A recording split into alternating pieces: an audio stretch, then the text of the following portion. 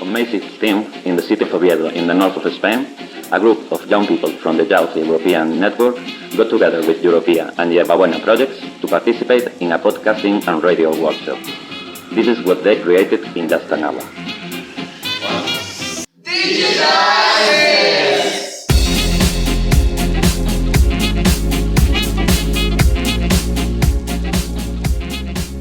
Hello everyone, I am Emmeline from Youth Express Network.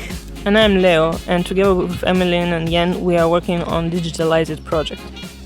Emmeline, tell us more about the story behind Youth Express Network. Well, Youth Express Network is a European organization that was founded in 1993. So it's 25 years of existence. 25 years is actually a generation. And in 2018, we celebrated it with people who created or contributed to the network in a way. And we decided to collect 25 stories, 25 interviews of people who come from all around Europe and who have been involved in it. Some who haven't been in touch with the network for almost a decade, but were ready to share with us how Yen marked their life or changed their life in a way. So we asked younger generations of volunteers to get in touch with them, interview them, and they got to know about former board members, former founders, former families as well who were involved in Yen. Because yes, real families were created in Yen in these 25 years. But what I recall from hearing all of these stories is that in the end, Yen is a big international family where members don't necessarily know each other, but once you connect them, magic happens actually. So connect and empower people, and mostly young people, with stories is what we are trying to achieve throughout the project Digitalise It that we run now for 2 years.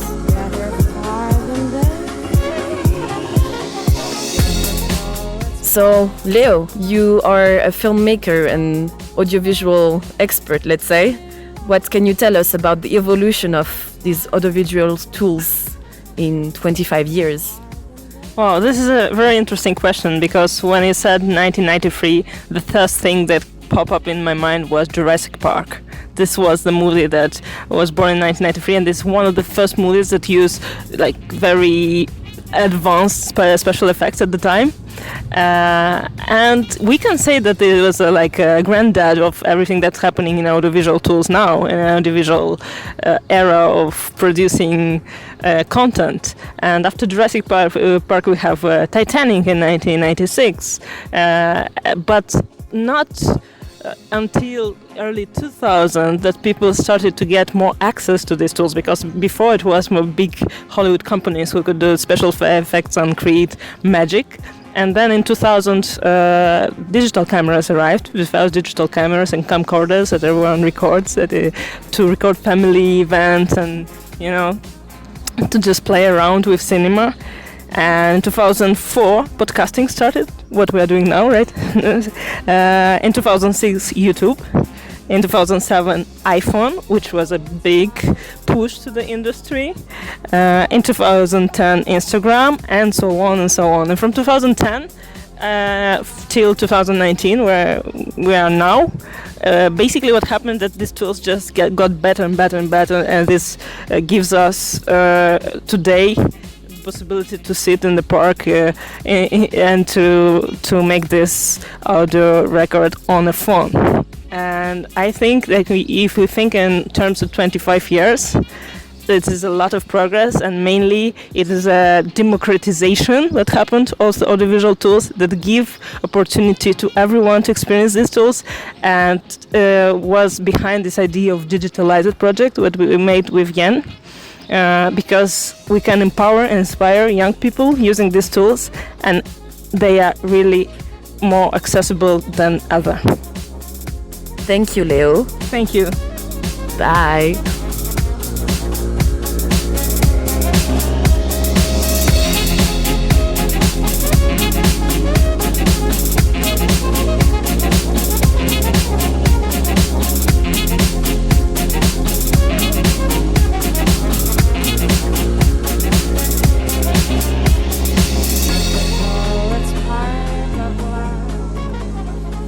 Hola everybody, today we are going to talk about Digitalise it, and I'm with a participant in this project.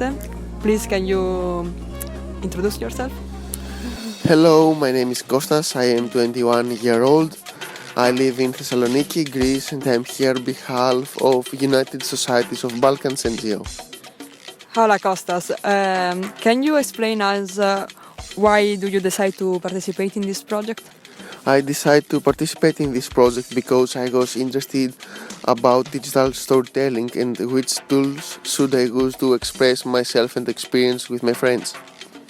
And how was your experience during this project? I'm excited with this project. I have great time, I enjoy myself. I meet many different people all over Europe.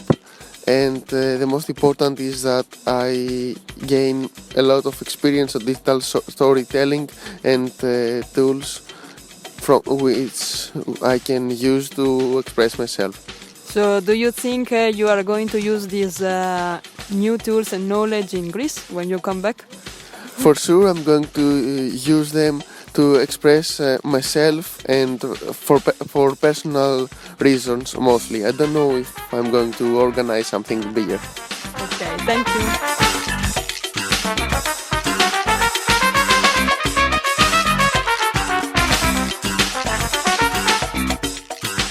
How did you find digital tools?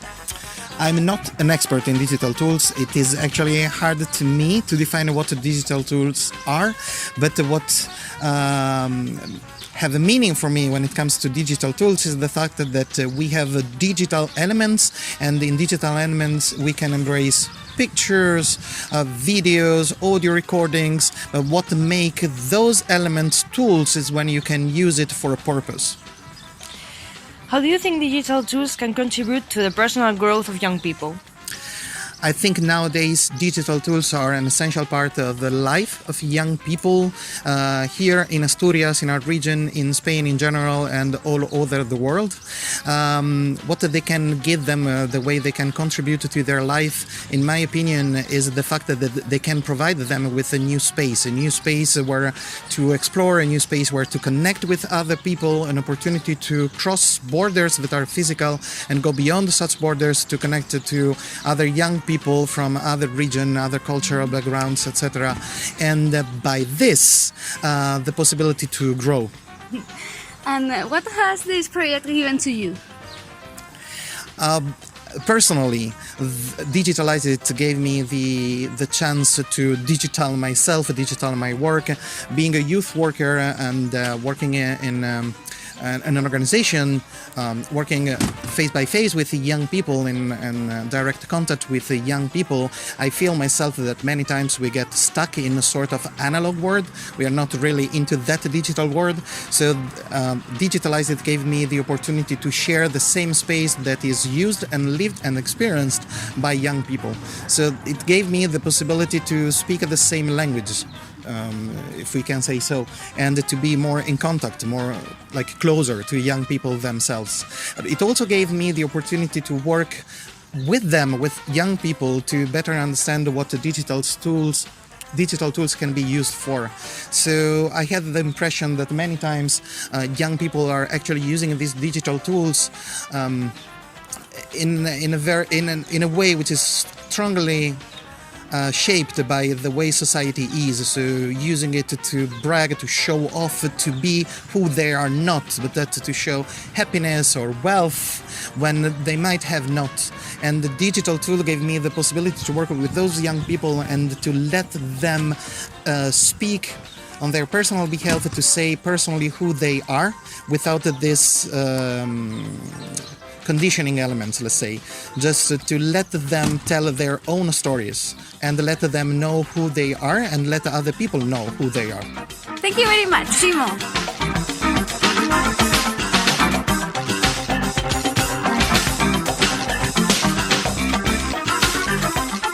Hi, we are here in Oviedo, in the region of Asturias, with one of the three participants of the second study visit. So present. Hi, I'm Alessandro, I'm 21 and I come from Italy. and this is my first experience with the Erasmus Plus project. So, what is Digitalise it in particular? Do you know? Digitalise it is a project which want to explain how to create a storytelling with the digital tools. So, what is your experience on your first study visit or in your first project here? This project for me starts in Italy with the group of storytelling, and as I said, this is my first experience outside Italy, and I'm enjoying it.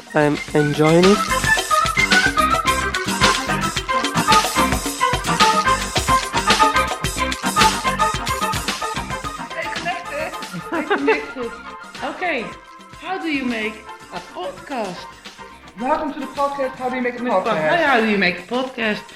And how do you make it? How do you know? You make it good. Thank you. How do you make a podcast? How do you make a podcast? Maybe you know what was his name? Joalo. Maybe you can ask Joalo. Maybe he can give us some tips.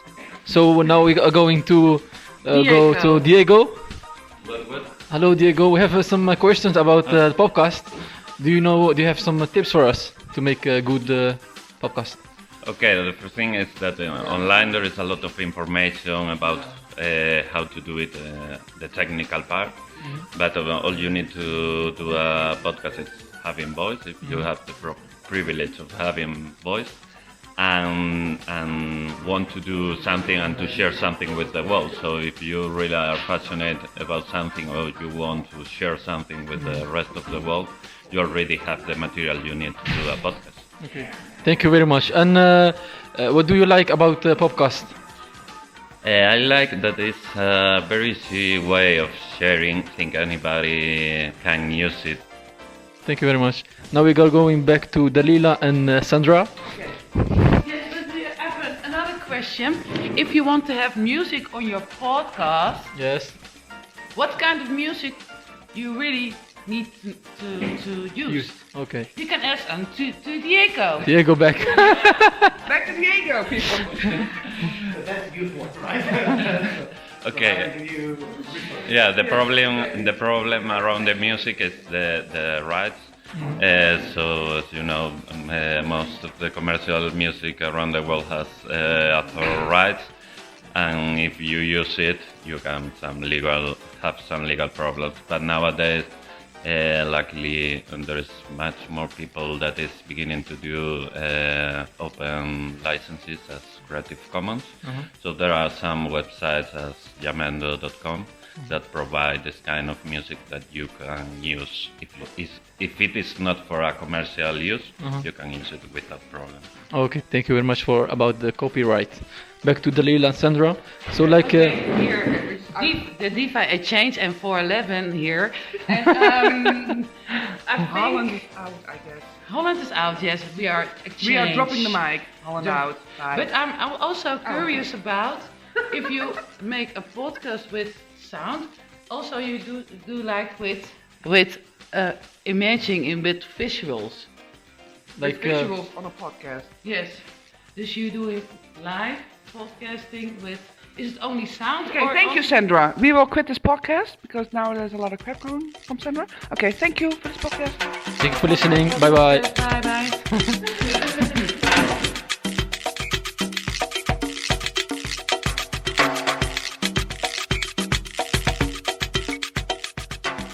You have more information in jalsaexpressnetwork.org.